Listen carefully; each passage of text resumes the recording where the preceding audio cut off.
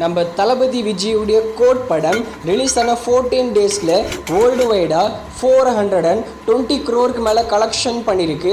இந்த படம் தமிழ்நாடுல மட்டுமே 199 crore கிட்ட கலெக்ட் பண்ணியிருக்கு.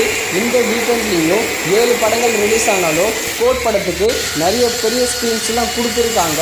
இந்த படம் ஃபைனலாக எவ்வளோ கலெக்ட் பண்ண போதுன்னு வெயிட் பண்ணி பார்க்கலாம். அடுத்ததாக கங்குவா சிறுத்தை சிவா டைரக்ஷனில் நம்ம சூர்யா, டிஷா பட்டு, பேபி டியோல் இவங்கெல்லாம் சேர்ந்து நடிக்கிற படம் கங்குவா படத்தை வர நவம்பர் 14 ரிலீஸ் பண்ண போகிறோம்னு அஃபிஷியலாகவே சொல்லியிருக்காங்க.